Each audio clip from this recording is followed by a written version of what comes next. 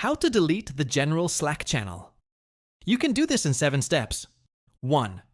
Open Slack and go to your workspace settings. Remember that the general channel is a default channel that cannot be deleted by regular means.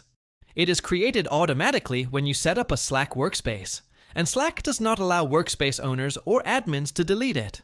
However, you can restrict its use to make it inactive. 2. To limit its use, navigate to the channel settings by clicking the channel name at the top of the page. Here, you can rename the channel to something like #archivegeneral or #do-not-use to inform members that it's no longer active. 3. Next, restrict the permissions so that only admins or specific users can post messages.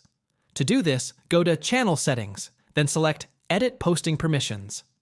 Change the settings to Only Admins Can Post so that regular members cannot send messages.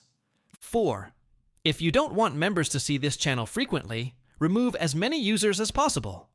Click on Manage Members, then select members one by one and remove them. If Slack doesn't allow removal, you may have to ask users to leave the channel manually.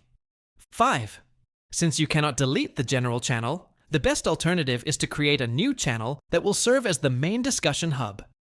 To do this, go to the sidebar, click the plus button next to Channels, and create a new general purpose channel like #TeamChat or #WorkspaceUpdates. 6. Inform your team about this change by posting a final message in the general channel. Pin a message stating that the workspace has moved to a new channel and that the general channel will no longer be used for discussions. This ensures that new and existing members are aware of the update. 7. If you want to take it a step further, contact Slack support. In some cases, if you have a premium plan, Slack may offer assistance in restructuring your workspace.